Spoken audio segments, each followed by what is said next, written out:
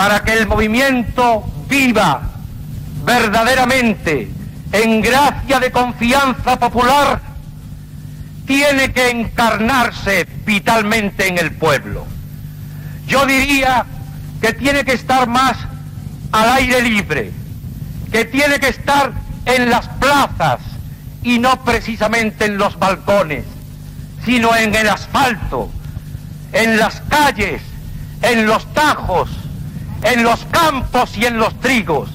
El movimiento no puede ganar a los hombres en la distancia, ni con el solo acierto de las palabras afortunadas, sino con el testimonio irrevocable del ejemplo, la justicia de los hechos y el valor auténtico de las identificaciones.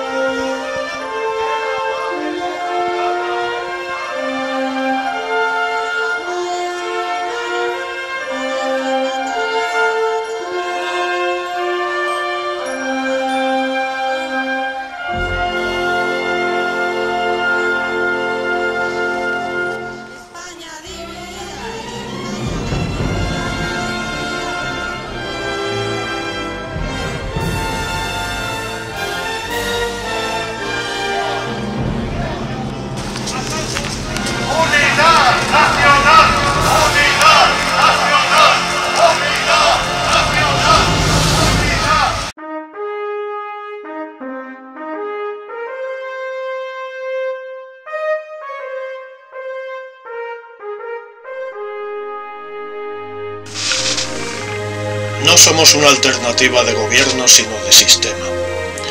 La continuidad del falangismo solo tiene sentido como un movimiento político y social regenerador y renovador de instituciones que constituya una alternativa transversal al sistema de partidos, sindicatos políticos y autonomías.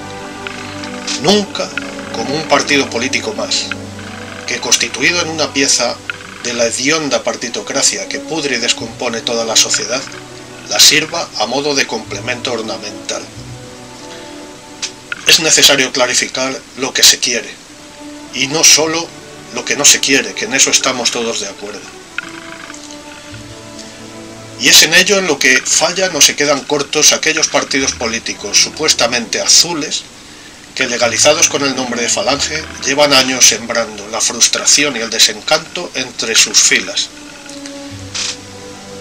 Si bien nunca es tarde para cambiar, y el futuro pronto nos sacará de dudas a este respecto.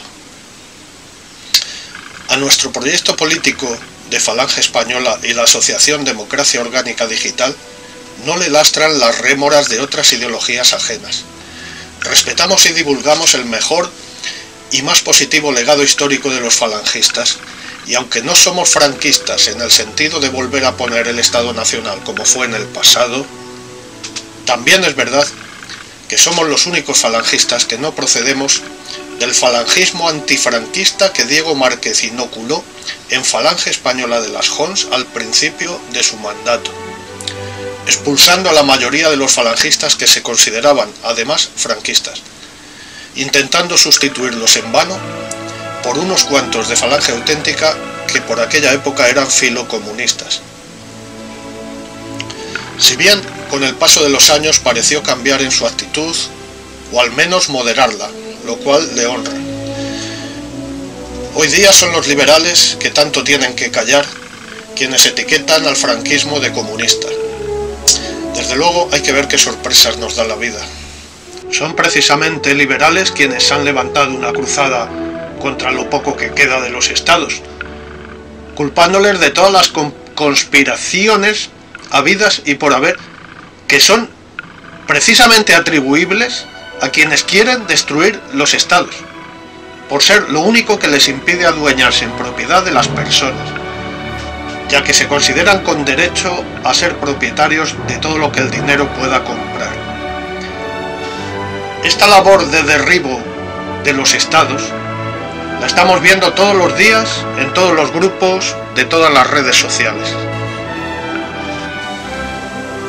Es más necesaria que nunca una alternativa ante un sistema que se desmorona a vista de todos él solito y sin que nadie lo derribe, porque amenaza con desplomarse incluso físicamente por la catástrofe nuclear a que nos conduce.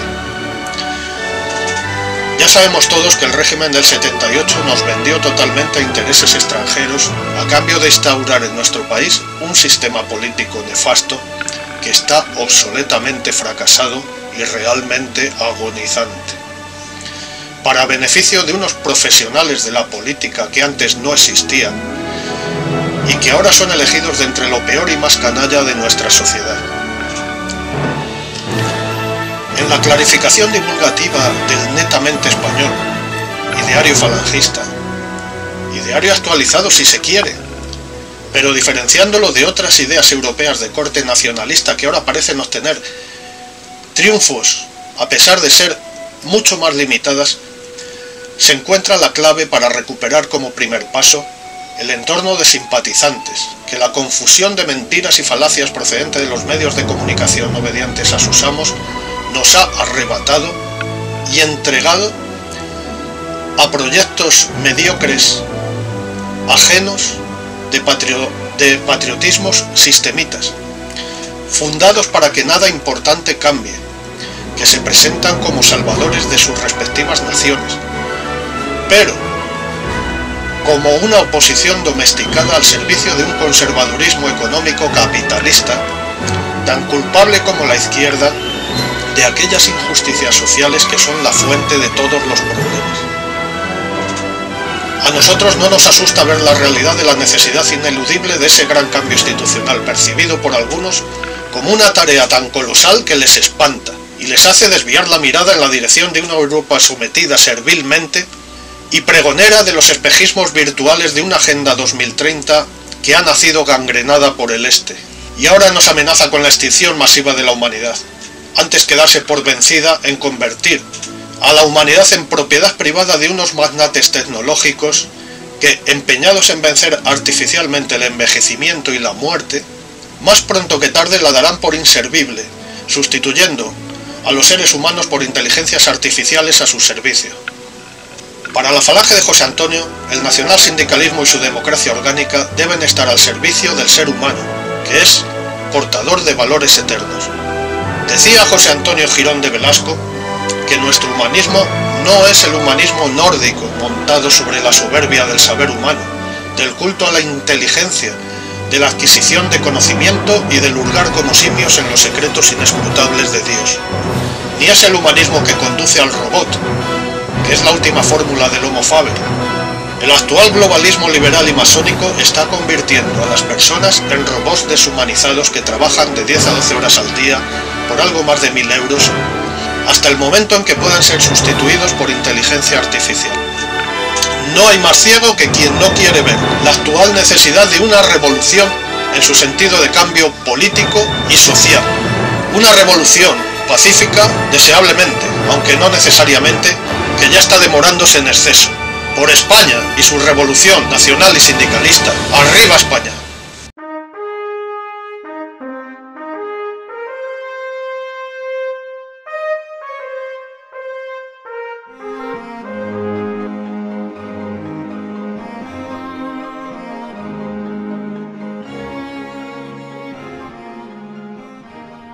José Antonio, maestro, ¿en qué lucero, en qué sol, en qué estrella peregrina montas la guardia? Cuando a la divina bóveda miro, tu respuesta espero. Toda belleza fue tu vida clara, sublime entendimiento, ánimo fuerte y el pleno ardor triunfal temprana muerte, porque la juventud no te faltara. Háblanos tú, de tu perfecta gloria. Hoy nos enturbia la lección el llanto, mas ya el sagrado nimbo te acompaña. Y en la portada de su nueva historia, la patria inscribe ya tu nombre santo. José Antonio, presente, arriba España.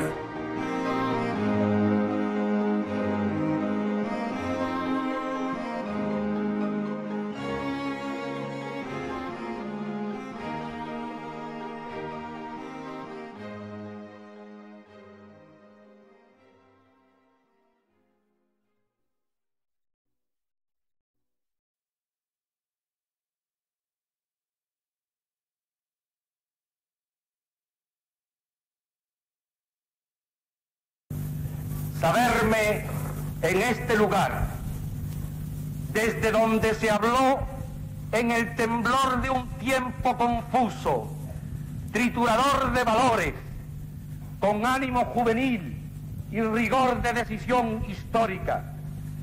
Saberme en este recinto, yo diría que casi al pie de la fuente nutricia y unitaria de nuestra idea, representa para mi propia sensibilidad, para mi corazón comprometido, para mi irrenunciable trayectoria vital de falangista, uno de los impactos más serios y más profundos que habría de tener a lo largo de toda mi existencia.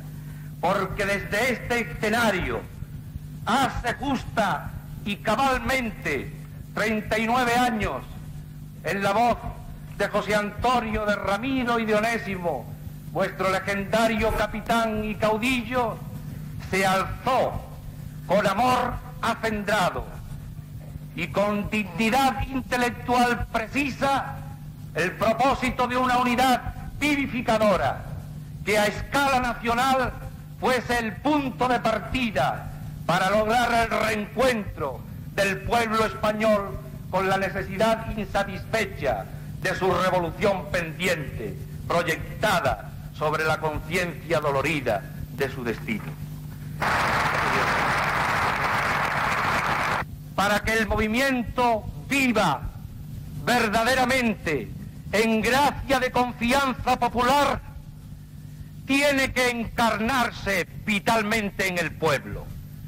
Yo diría que tiene que estar más al aire libre, que tiene que estar en las plazas y no precisamente en los balcones, sino en el asfalto, en las calles, en los tajos, en los campos y en los trigos. El movimiento no puede ganar a los hombres en la distancia, ni con el solo acierto de las palabras afortunadas, sino con el testimonio irrevocable del ejemplo, la justicia de los hechos y el valor auténtico de las identificaciones. El movimiento tiene que ganar a ese pueblo y no se gana con la cólera, sino con el entusiasmo. No se conquista con la adulación, sino con el reconocimiento. No se le incorpora con nuestro orgullo, sino que se le atrae con la transparencia de nuestras invocaciones. En definitiva, al pueblo se le gana cuando se tiene limpio el corazón y se posee el coraje y el valor suficiente de proclamar la verdad en cada esquina, sustentándola con claridad de nuestras propias decisiones irrenunciables. No quieren vivir bajo un aire vacío, no quieren existir bajo un cielo muerto, no pueden contener su indignación ante los que quieren detenerse y hacer que el tiempo se detenga encadenado. Quieren que España pueda también tener su amanecida, pero que este amanecer sea amanecer de justicia para todos. La juventud sigue a los hombres, pero no se alista con los budas. La juventud tiene conciencia de su propia responsabilidad y acepta el mandato de los mayores cuando este mandato de mayores tiene un signo moral irreversible. Yo afirmo aquí, desde este lugar, desde este sitio, que tiene que tener para muchos de vosotros emocionadas resonancias juveniles, mi fe y mi confianza apasionada en la juventud. Yo creo en la juventud. Los que no creen en la juventud no pueden creer en el amor, en la esperanza y en la vida. Estoy seguro que la juventud estará con nosotros si somos verdaderos, si somos auténticos, si llevamos la conducta en el corazón y no en los labios, si llevamos nuestra vida en la palma de la mano, si nos atrevemos en suma en alzar con ellos, fraternas y aliadas, las banderas revolucionarias de la justicia en el signo supremo de la libertad.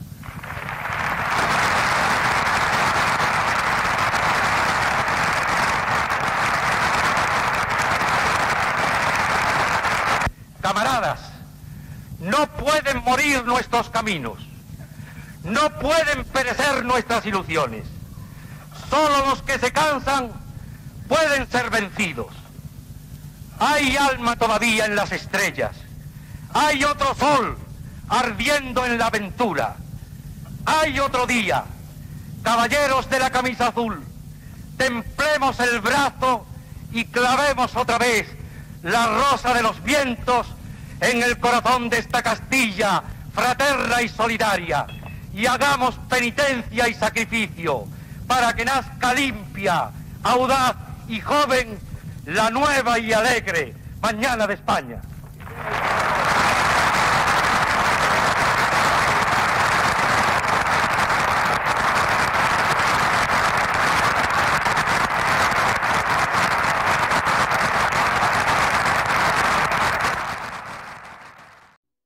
Y fue entre los poetas el poeta de vivas realidades, no de falsas promesas, el poeta que amaba para España, una España de todos, riente y bella, el poeta que hablaba y que miraba a un mismo tiempo con dulzura y fuerza, porque en sus ojos claros y en su voz, con juveniles dejes siendo recia, había un despertar de cosas justas y un dar la espalda a izquierdas y derechas para que todos fueran unos, y uno solo el camino, y una su bandera.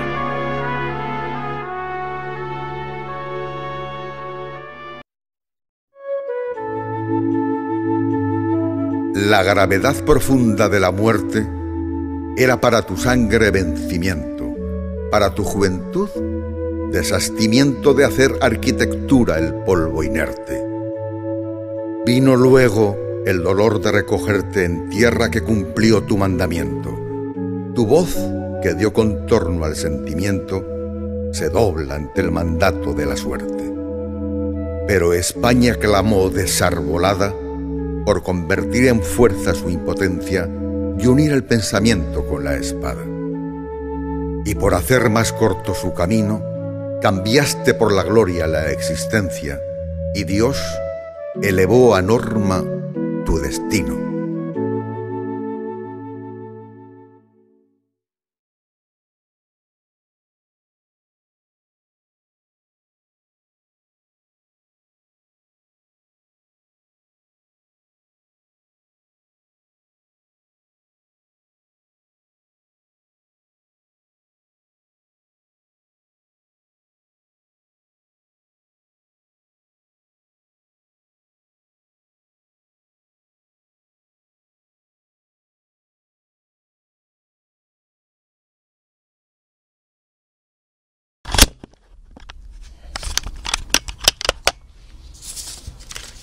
Hoy recordamos el aniversario de la fusión en 1934 de la Falange Española de José Antonio Primo de Rivera con las Juntas de Ofensiva Nacional Sindicalista.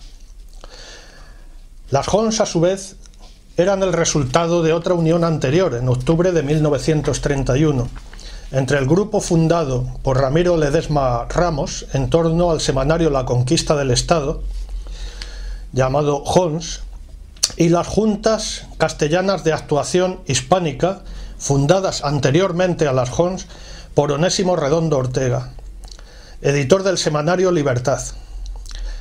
Su ideología partía de un embrionario sindicalismo nacional de tipo corporativo y revolucionario.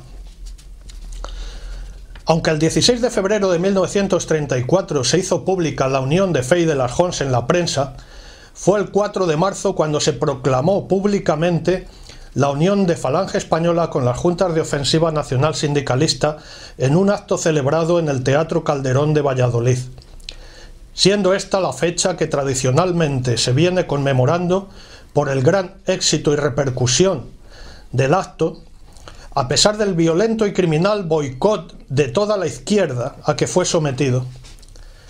El resultado de esta unión fue enriquecedor para la mayoría, y tan solo defraudó las aspiraciones de los monárquicos y las del propio Ramiro y los pocos que se marcharon con él en un viaje de ida física y de retorno espiritual.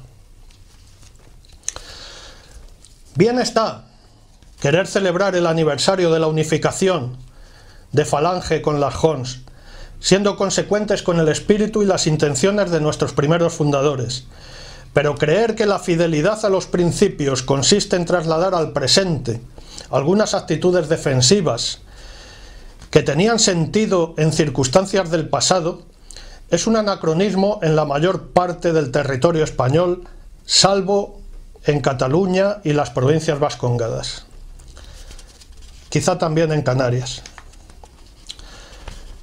Claramente podría dejar de ser un anacronismo si la degradación de nuestros políticos profesionales continúa haciendo retornar a toda la nación hasta el año 1936, en su delirio por ganar ahora la guerra civil que perdieron en el pasado.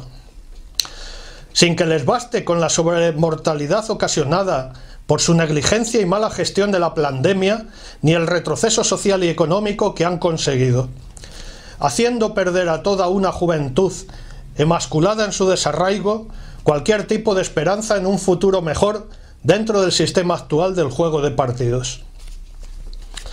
La violencia marxista separatista ya no se combate en las calles con aceite de ricino mezclado con sidol, porque la violencia actual de la izquierda está disminuida hoy por los avances tecnológicos de las cámaras, los móviles, y localizada en territorios concretos donde han accedido a grandes parcelas del poder. Además parece dirigirse por el momento contra el mobiliario urbano, sin haber ocasionado aún muertes recientes ni conseguido ganar una sola batalla callejera importante contra las fuerzas del orden. Pero, de seguir como hasta ahora, tiempo al tiempo, que el camino de lo peor ya lo hemos emprendido. La limitada violencia roja y separatista actual está claramente facilitada por la parálisis de los justos apolíticos, que a fuerza de ser apolíticos han entrado en años sin dejar un relevo generacional intelectualmente preparado para combatir por medios legales a las ilegales avalanchas separatistas y migratorias. Al carecer de los recursos mentales necesarios para defender en todos los órdenes de la vida el legado que como españoles les corresponde.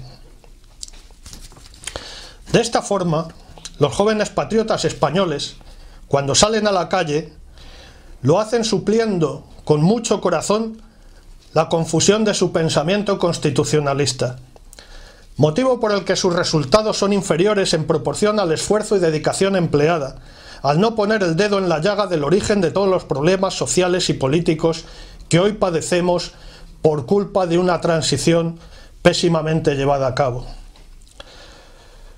Problemas sociales y políticos que arrastran a la economía a su misma situación de descomposición.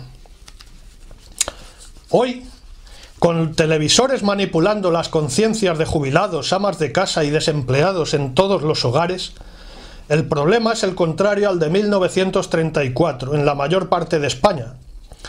Es el hedonismo y el individualismo de un pueblo indolente por saturación de corrupción a que ha sido sometido, que ha perdido la solidaridad y se aísla socialmente con ayuda de aquellas medidas de aislamiento propias de una pandemia inoculada, que se saben ineficaces frente a los virus, pero muy útiles y provechosas para que los microbios profesionales de la política que nos gobiernan queden bien ante la opinión pública y aumenten su infección social, utilizando el miedo a lo invisible como su mejor caldo de cultivo.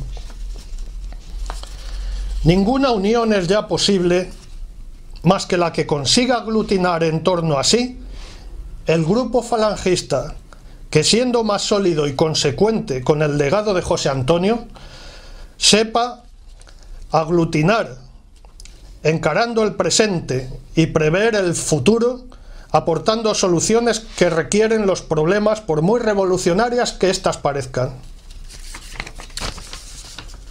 Puesto que la unión de grupos patriotas diferentes en sus ideas, diferentes en su interpretación de la vida y la muerte, algunos de los cuales no son sino negocios para sus promotores, ya está fracasada de antemano. Es algo que ya se ha hecho y ya fracasó. Pero hoy es 4 de marzo y es día para la verdadera memoria, que nos habla de unos tiempos en los que luchar por un mundo más justo podía fácilmente costar la vida, como sucedió en Valladolid, por culpa de unos partidos y sindicatos de la izquierda que son los mismos que nos devolvió la transición, dedicados a incitar a la violencia desde semanas antes del acto. Javier Martínez de Bedoya nos cuenta sobre el acto de unificación de FECO en las Jons, en Valladolid. Aquella mañana, desde las 9:30, comenzó a notarse un inusitado movimiento por las calles de Valladolid. Habían llegado más de 1 millar de gentes de los pueblos y otro número aproximado a ese de capitales forasteras. En caravanas o grandes carruajes vinieron camaradas de Madrid, Bilbao, Salamanca. Por tren llegaron centenares, procedentes de Zamora, de León, de Palencia, de Asturias, de Santander y de Burgos. El Teatro Calderón estaba repleto, según las crónicas y según demuestran las fotos de la época.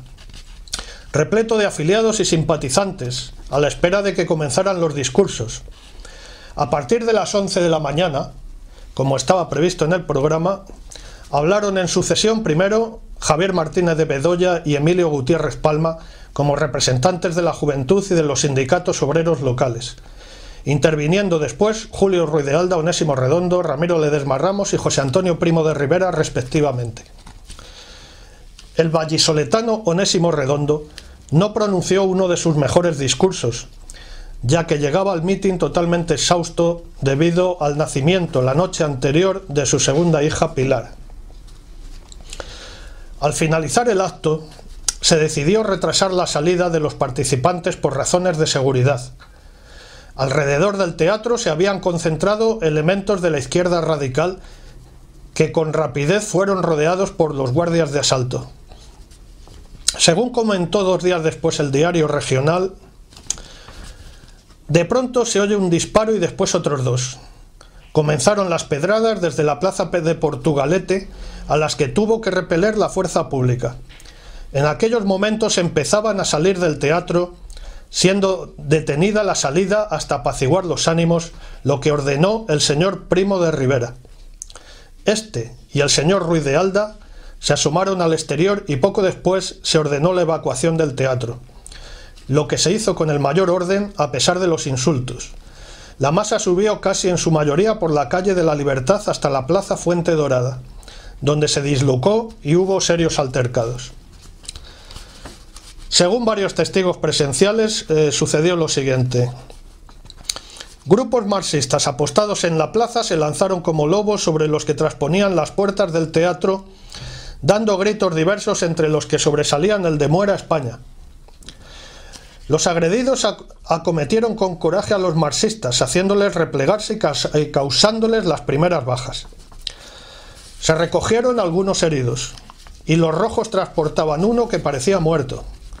Hacia donde estaban otros de los suyos, con la vista en la víctima, se enfurecieron, arreciando en la calle de las Angustias, plaza de la Libertad, con sus «Mueras a España», mientras arrojaban gran cantidad de piedras. La Guardia Civil y la de asalto hubo de hacer entonces diversos disparos al aire que dispersaron a los bolcheviques. También ordenó la policía, encañonando hacia el teatro, que fueran cerradas todas las puertas, como así se hizo. En el interior hervía la gente en deseos de salir, puesto que había unas 2000 personas dentro, al parecer, y fueron necesarias órdenes severísimas de Primo de Rivera para contener a la multitud. Por la puerta del escenario la salida se efectuó normalmente. Formados los grupos de choque, mandados por José Antonio Girón de Velasco, Anselmo de la Iglesia, Salcedo y Luis Otero, abriéronse de nuevo las puertas principales del teatro, y en un instante se llenó de gente la plaza de las Angustias. Mientras los grupos de choque se iban directamente hacia los provocadores, Ruiz de Alda quiso formar a la gente en grupo compacto para evitar agresiones aisladas, y así se hizo en el primer momento, bajo los arcos del teatro. Sin embargo, la policía impidió este propósito y obligó a caminar en grupos pequeños por diversas calles. Como consecuencia de esta decisión policial, se produjeron entonces muchos incidentes. Uno en la subida de la calle de la Libertad, donde fue agredido a navaja un camarada de Valladolid. Sus compañeros se arrojaron con porras sobre el agresor, derribándole al suelo y propinándole una terrible paliza. En ese momento un guardia de asalto hizo varios disparos al aire y dispersó al grupo. Entre las calles de Teresa Gil y Regalado hubo también refriega, repartiéndose numerosos palos y sonando disparos en abundancia. Los guardias despejaron enérgicamente. También hubo disparos en la Plaza Mayor, sin que afortunadamente causasen víctimas. En la Plaza de los Arces, un grupo de marxistas con una barra de hierro mataron al estudiante de medicina Ángel Abella, que pasaba por allí. En la calle de Teresa Gil, los aviadores Julio Ruiz de Alda y Ansaldo, el jefe del SEU Valdés y otros jefes locales, que obedeciendo a la policía iban disgregados en grupos de 10, dieron frente valentísimamente a un grupo de 50 socialistas del PSOE y UGT, en plena refriega. Cuando rodaban por el suelo, agarrados unos a otros y a puñetazo limpio, llegaron los de asalto, que a golpe de porra disolvieron a los contendientes. Mientras, Onésimo, que vivía desde su regreso de Portugal muy cerca del teatro, subió un momento a ver a Mercedes, a la vez que un pequeño grupo en el que iban Arredondo y Peláez de Madrid, Bedoya, Narciso y José Antonio Primo de Rivera, pistola en mano, resistió impertérrito los disparos y gritos exasperados de la chusma en Fuente Dorada, y dando después la cara nuevamente a los marxistas, que les hicieron objeto de una pedrea en la calle de Regalado. En Cánovas del Castillo, Girón, José María Gutiérrez, Palma y otros actuaron enérgicamente. Onésimo Redondo, Sánchez Mazas y Anselmo recorrieron los sitios de peligro varias veces. Todos, desde los jefes hasta el último de los afiliados, dieron prueba de serenidad, de valor y de entereza. Los graves enfrentamientos ocasionados por el boicot socialista a un acto legalizado acabaron con numerosos heridos y hasta con la muerte de un joven, Ángel Abellá, que no pertenecía a ningún partido político. La misma tarde de aquel día, los dirigentes regresaron a sus respectivos domicilios, mientras Valladolid volvía lentamente a la tranquilidad. Aparentemente y desde el punto de vista de la acción política, el mitin se había realizado con más repercusión de lo previsto. No solo por la expectación creada en torno a él, sino también por las consecuencias, que no tardarían en comentarse en la mayoría de los medios de comunicación locales y nacionales. Al día siguiente, el semanario Libertad de las Jons vallisoletanas no perdió la ocasión para ensalzar el acto del Teatro Calderón, dedicando todo el número 77 al importante evento. En él se comentaron los hechos como el reparto de los carnets del partido y se publicó el himno oficial del grupo de las Jons de Valladolid. La reacción de la autoridad municipal fue también inmediata. No pudieron acusar deliberadamente a Redondo y a los suyos de ser los responsables directos de los enfrentamientos, pero sí lograron imputar al entorno del semanario Libertad como provocador de los disturbios de aquella jornada. El semanario fue suspendido por primera vez desde su reaparición, prolongándose el cierre hasta el día 24 de marzo, aunque volvió a reaparecer el 9 de abril. Para terminar este relato de memoria histórica verdadera que nos muestra cómo se las gastaba el PSOE y toda la izquierda en 1934 y cómo la violencia, el crimen y la represión forman parte de sus genes y afloran continuamente al día de hoy. Nada mejor que unos extractos del discurso de José Antonio. Si nosotros nos hemos lanzado por los campos y por las ciudades de España con mucho trabajo y con algún peligro a predicar esta buena nueva, es porque, como os han dicho ya todos los camaradas que hablaron antes que yo, estamos sin España. Tenemos a España partida en 3 clases de secesiones: los separatismos locales, la lucha entre los partidos y la división entre las clases. El separatismo local es signo de decadencia, que surge cabalmente cuando se olvida que una patria no es aquello inmediato, físico, que podemos percibir. Los pueblos en estado primitivo saben percibir casi vegetalmente las características de la tierra. Los pueblos, cuando superan este estado primitivo, saben ya que lo que nos configura no son las características terrenas, sino la misión que en lo universal los diferencia de los demás pueblos. Los partidos políticos nacen el día en que se pierde el sentido de que existe sobre los hombres una verdad, bajo cuyo signo los pueblos y los hombres cumplen su misión en la vida. Y así se produce eso que culmina en el Congreso de los Diputados. Yo he venido aquí, entre otras razones, para respirar este ambiente puro, pues tengo en mis pulmones demasiadas miasmas del Congreso de los Diputados. Si vierais vosotros en esta época de tantas inquietudes, de tantas angustias, si vosotros los que vivís en el campo, los que labráis el campo, vierais lo que es aquello, si vierais en aquellos pasillos los corros formados por lo más conocido y viejo haciendo chistes, si vierais que el otro día cuando se discutía si un trozo de España se desmembraba, todo eran discursos de retórica leguleya sobre si el artículo tantos o el cuantos de la Constitución. Claro está que los obreros tuvieron que revolverse un día contra esa burla y tuvo que estallar la lucha de clases. La lucha de clases tuvo un móvil justo y el socialismo tuvo al principio una razón justa, y nosotros no tenemos para qué negar esto. Lo que pasa es que el socialismo, en vez de seguir su primera ruta de aspiración a la justicia social entre los hombres, se ha convertido en una pura doctrina de escalofriante frialdad y no piensa ni poco ni mucho en la liberación de los obreros.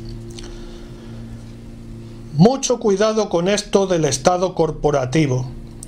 Mucho cuidado con todas esas cosas frías que os dirán muchos procurando que nos convirtamos en un partido más. ya nos ha denunciado ese peligro Onésimo Redondo. Lo que queremos es que España otra vez se vuelva a sí misma y con honor, justicia social, juventud y entusiasmo patrio. Diga lo que esta misma ciudad de Valladolid decía en una carta al emperador Carlos V en 1516. Vuestra Alteza debe venir a tomar en la una mano aquel yugo que el católico rey vuestro abuelo os dejó, con el cual tantos bravos y soberbios se domaron, y en la otra las flechas de aquella reina sin par, vuestra abuela doña Isabel, con que puso a los moros tan lejos. Pues aquí tenéis, en esta misma ciudad de Valladolid, que así lo pedía, el yugo y las flechas, el yugo de la labor y las flechas del poderío. Así nosotros, bajo el signo del yugo y las flechas, venimos a decir aquí mismo en Valladolid: Castilla otra vez por España, ¡arriba España! Españoles que me oís aquí, no se puede imitar conceptos ni emplear palabras más que las neta y concretamente españolas. Entonces, señores, ¿nosotros qué vamos a hacer? Pues asegurarnos desde el primer momento, por todas las vías, por todos los caminos y por todas las condiciones, que no seremos de ninguna manera un partido político henchido de promesas y falso en la realidad. Para eso, ¿sabéis lo que es necesario? Esto es, si cabe, más importante y lleva en sí mayor responsabilidad. Lo que es necesario es hacer grandes cosas antes de llegar al poder. Que no vuelva a haber para vosotros que me oís, que no vuelva a haber un partido ni de izquierdas, ni fascista, ni de derechas, ni marxista ni globalista que no haga más que prometer. Aquí ha dicho un compañero, rompiendo la mesa al decirlo, que juraba que lo que aquí se promete se hará. Pues esto no basta. No basta esa actitud. Tenemos que sobrepasarla mostrando que podemos hacerlo y decirlo antes de llegar al poder. Pues precisamente estas cosas anteriores son las que forman la sustancia ideológica de nuestro movimiento. Son las que le dan vida propia y las que ponen en pie al movimiento nuestro, que sin esto no sería nada.